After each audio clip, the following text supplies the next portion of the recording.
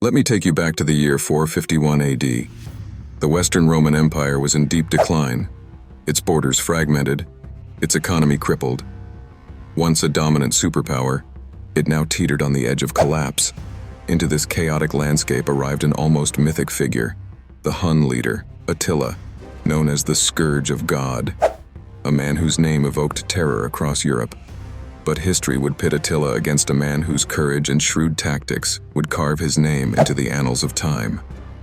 Today, we tell you the story of General Flavius Aetius, the forgotten Roman general who saved Rome when it seemed all but doomed.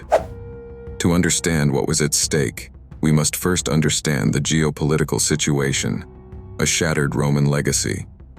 By 451 AD, the Roman Empire had split into two. The Eastern Roman Empire, or Byzantium, thriving in Constantinople, and the Western Roman Empire, weakened and splintering under pressure from barbarian invasions, economic stagnation, and crumbling infrastructure. Rome, once the eternal metropolis that stood unchallenged, was now just a pale shadow of its former glory. Attila had already ravaged much of Eastern Europe, and now turned his gaze westward, leading his formidable army of Huns, Ostrogoths, and other tribes into Gaul, present-day France. Now, let's talk about Attila's army. It was one of the most feared fighting forces of its time, renowned for its lightning strikes and ferocity. His army swept through countryside, leaving nothing but ash and ruins in its wake. Attila pursued nothing less than absolute domination. Historians discuss his charisma, a tactical brilliance tied to psychological warfare, and his ability to rally disparate tribes into an unstoppable force. When he declared his plan to conquer the remnants of the Western Roman Empire, it wasn't just a military plan, it was a devastating message. Rome's time as a power was over. Amid this looming existential threat, General Flavius Aetius stepped in. Known as the last of the Romans, Aetius was no stranger to barbarian warfare. His early years had seen him held hostage as a boy among the Visigoths and later among the Huns.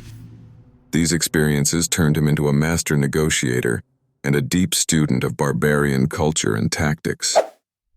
Aetius knew that Rome lacked the manpower to face Attila alone, and so, instead of relying solely on the fractured Roman legions, he turned to coalition building. He sought unlikely allies, peoples Rome once deemed enemies. Among these allies was Theodoric III, the king of the Visigoths. This is where history gets fascinating. Aetius recognized that Rome's survival depended on its willingness to collaborate with former enemies. He promised Theodoric and the Visigoths a share in the spoils of victory if they stood by Rome in its darkest hour. Diplomacy became his weapon. Persuasion became his sword. Meanwhile, in 451, Attila crossed the Rhine and began his devastating march into Gaul. City after city fell, with refugees' streams headed for Roman-controlled areas. The city of Metz was obliterated, with others surrendering to the looming Hun threat. By the time Attila's forces marched towards Orleans, it became clear that a final and colossal showdown was inevitable. Enter the Battle of the Catalonian Fields, sometimes called the Battle of Chalons, one of the last great military confrontations of the ancient world. It would be Aetius's defining moment. Before the battle commenced, Aetius worked tirelessly to ensure coordination between the varying forces under his command.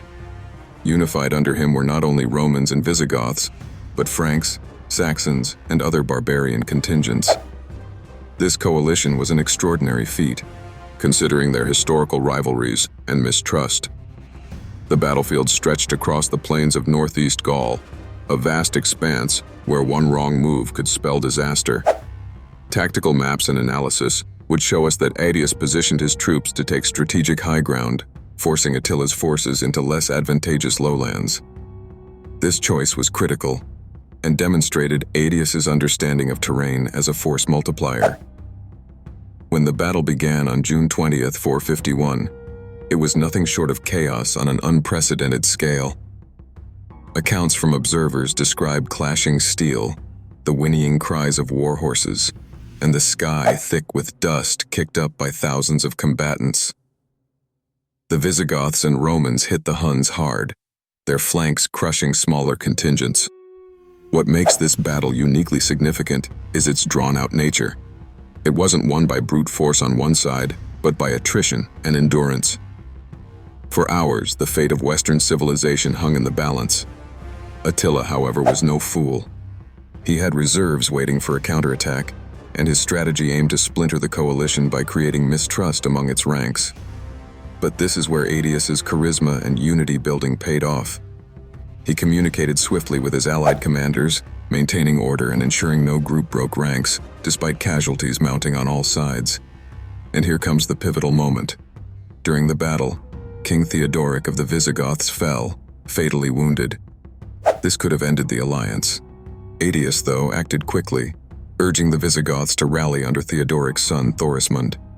This critical decision kept the Visigoths fighting. By nightfall, the Huns were forced to retreat. Their ambitions shattered. Attila withdrew his forces from Gaul altogether. The aftermath? Immediate and resonant.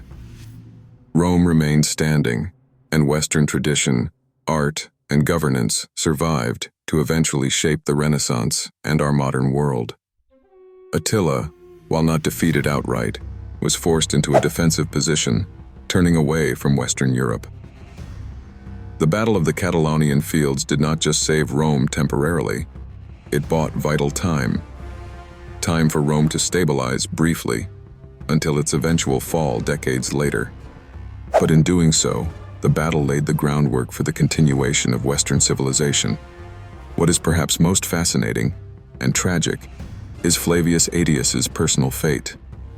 Despite his heroic deeds, he didn't live long to enjoy the accolades he deserved. The Emperor Valentinian III, paranoid of Aetius's growing influence and popularity, assassinated him just a few years later. The very man who saved Rome had his life cut short by the system he worked so hard to protect. An irony for ages. And yet, Aetius's legacy remains. Though often obscured by the larger-than-life narrative of Rome's decline, Aetius shines as a hero whose decisions altered the fate of history. What if he had failed at the battle? What if Attila had won? These are fascinating questions that remind us that history itself spins on the choices of individuals. In the centuries that followed, historians would look back on the Battle of the Catalonian Fields as a moment that saved not just a city, but an entire civilization. A reminder of the power of resilience, diplomacy, and leadership in times of unparalleled crisis. This is the story of Flavius Aetius, a figure who deserves to be remembered not as a footnote, but as one of history's unsung saviors. And here we are, at the end of our tale. But the story of history never truly ends. It evolves, inspires, and teaches us. What do you think about Aetius? Did his actions carve the path of history, or was it fate's invisible hand? Drop your thoughts below, and let's discuss how one man's fight became a victory for us all.